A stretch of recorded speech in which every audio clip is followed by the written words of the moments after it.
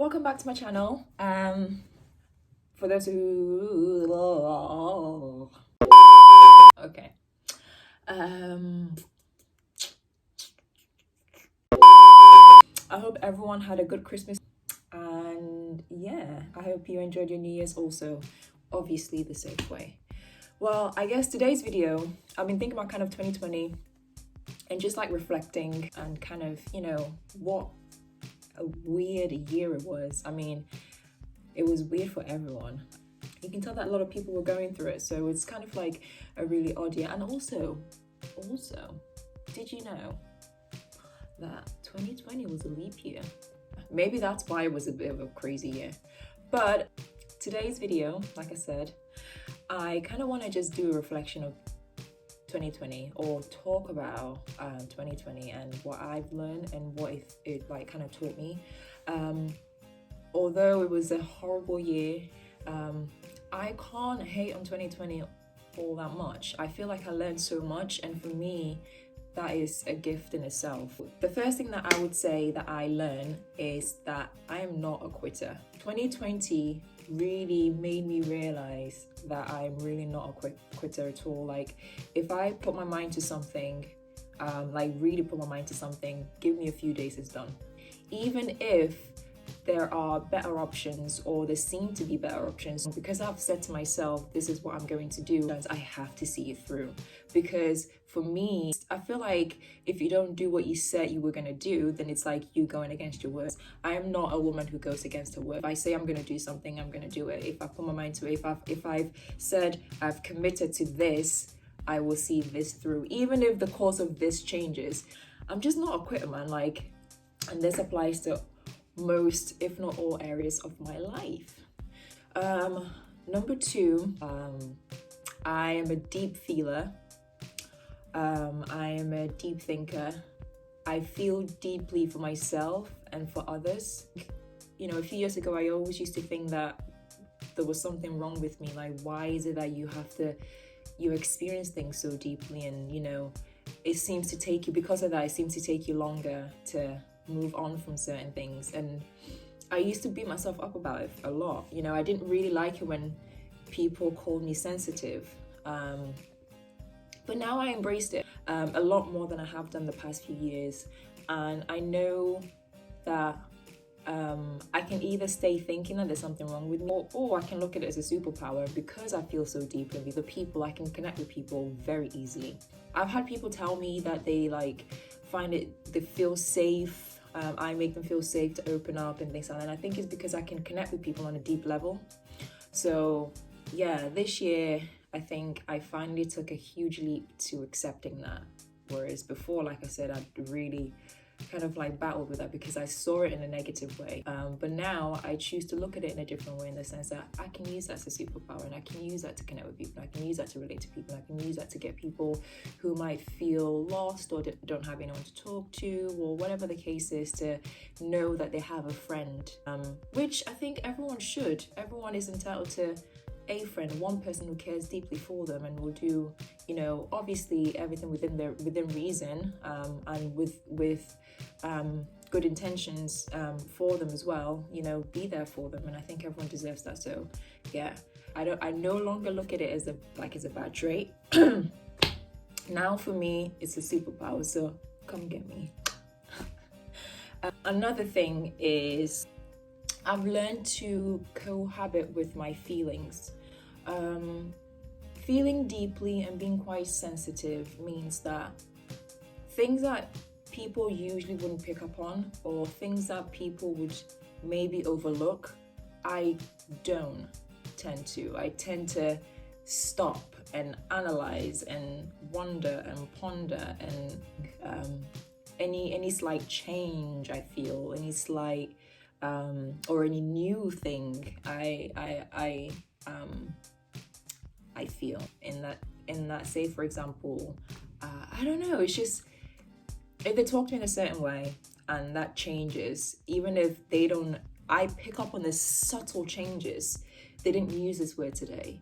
They didn't say it this way. Their intonation changed, their tone changed, like the vibe feels just off, or there's something different, like something slightly different about the vibe, even when sometimes the person hasn't even realized it themselves, which is kind of freaky sometimes. So like I say, yeah, so sitting with my feelings, allowing them to be, allowing them to do what they need to do, and if I need to look at it closer, I do. If not, I just let them be, and then they drift. That has been something that I've struggled with for a long time, because being sensitive and being a deep feeler sometimes in the past has made it quite difficult for me to manage my own emotions.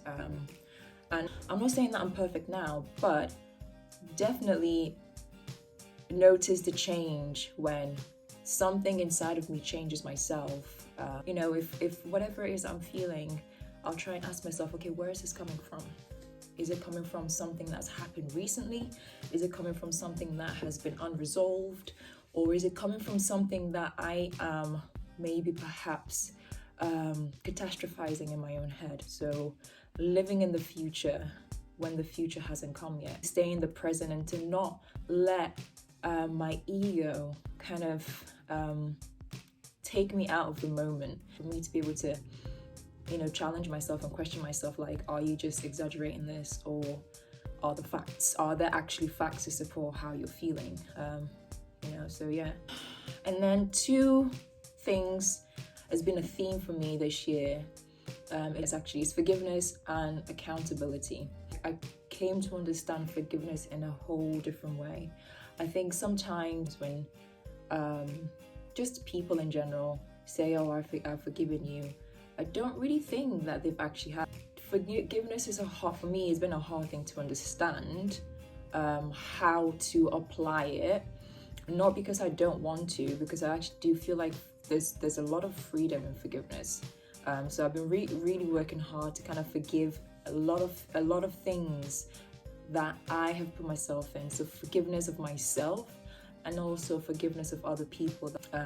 It's not easy. It really isn't. And if anyone has any step-by-step guide to forgiveness, please holler at your girl, because I really want to practice forgiveness more. I do think it's an important thing, and I'm still trying to understand it, but there's a lot of freedom. It frees you completely from the situation.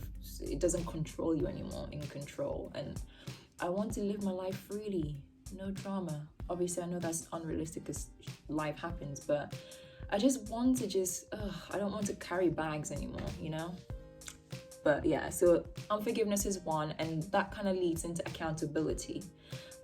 Accountability, I've come to realize, is a huge pet peeve of mine. I strongly dislike when people don't own up to their actions. I just don't get it, especially when you've been told that you have, when you have done something wrong, or you have stepped out of line, or whatever the case might be.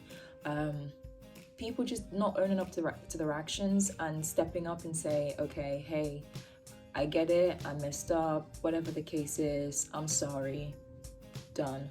Like, it just, I think actually is a reflection of them. Really bugs me. But then it bugs me that it bugs me as well. But I've realized that accountability is a big thing for me. I can't, I'd rather not surround myself with people who don't take accountability for their actions. If you mess up, you mess up. Just say you're sorry, keep moving. There's no need to, and I think in these instances actually is where people's ego are very rife and very exaggerated, because I don't understand why, if you've done something wrong to someone, you wouldn't say sorry. Check your ego, basically. You might think it's you, but it's not. It's not your real self, it's your ego. Check yourself. Something else that I realized this year is that I think I finally was able to find my voice and to be brave to voice the things that mean a lot to me, or to voice how I feel in certain situations. But now I feel like 2020, and with everything that went on in 2020, it made me realize that human beings will be human beings. So whatever is close to your heart, however you feel, whatever it is that you want to do, voice it. Get it off your chest. Don't hold on to it. Don't let it cause tension in your body. Like, no. And I used to do that a lot. especially in the last few years. I've not always been like that, but especially in the last few years. But I think that comes from when you surround yourself with the wrong kind of people. Just live your life, speak a truth, be one with yourself, and just do good. Don't worry yourself about what people say. People will talk regardless. So just do you, do good, and use your voice, man, to speak up for other people too, if maybe they don't have the voice yet or haven't found the voice yet. So I get so worked up about things that actually don't have a direct impact on me. For me, I just don't like injustice. Like, I don't like inequality. I don't like unfairness. So anything that I feel like I see in those kind of three things, it just bugs me. I feel like every person should be like that, you know? Like, this is our world. We are a human race. We should look out for each other, basically. So, and then the last thing I realized is that I have so much more to learn. Although I've learned a lot last year, and I feel so much gratitude for all the things that I've learned and all the things that I've uncovered about myself and all the things I've come to accept too. And even the things I'm still, battling with and I'm finding it hard to accept or love about myself. The fact that I recognize that is huge for me. And so I hold so much gratitude in my heart for what 2020 was and what it taught me. But I also know that I have so much more to learn, and I'm looking forward to uncovering more about myself. I'm looking forward to learning more about other people and how I interact with people and the kind of people that I like to surround myself with. So yeah, I know that 2020 has been a difficult year for a lot of people, and if you're watching this, please, whatever you went through, however hard 2020 was for you, my heart goes out to you. But also try and see if you can find some things that you are grateful for, and hold on to those things, because it goes a long way. So yeah, I hope you stay on this journey with me. 2021 is about to be lit. I'm geeked. I'm so excited. So I'm hoping to give some more content, talk about some more important things that I think about. So I really hope that you stay on this journey with me. 2021 is going to be an even better year. I can feel it, and if not, I'm speaking into existence. Come on, can I get an amen? So yeah, stay on this journey with me. Let's ride together. Even if you don't know me, if you have any questions, you want to talk to me, I am not scary. I don't bite. I'm very sweet. So feel free to message me. Until the next video, see you later.